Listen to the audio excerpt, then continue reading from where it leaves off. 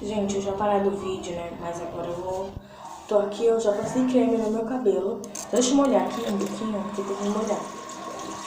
Eu já passei creme, agora isso aqui eu deixo assim, porque fica bem taxadinho e fica bonito.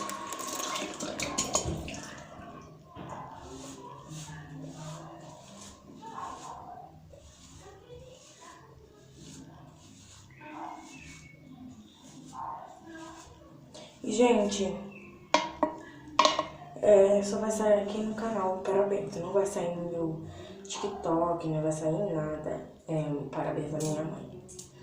Não vai sair, vai ser só aqui no meu...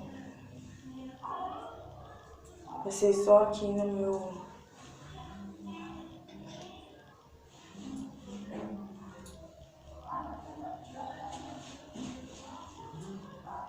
Só aqui no canal.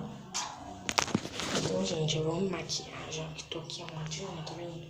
Arrumei. E aí, gente, depois eu faço um negócio aqui.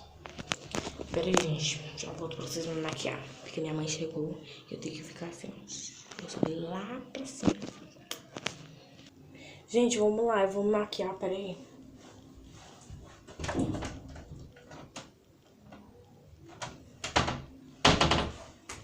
Vou me maquiar olhando pra vocês aí, gente, porque não tem espelho nenhum aqui.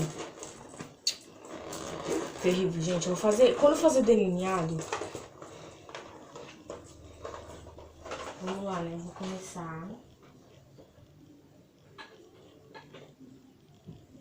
Eu pego isso daqui, pra mim é corretivo, porque é mais branco que eu. E eu tenho o meu pincel de corretivo, gente. Eu faço minha sobrancelha, eu faço aqui. Não é esse, cadê o outro? Cadê o outro? Achei. É esse daqui, gente. Aí eu faço esse triangulinho.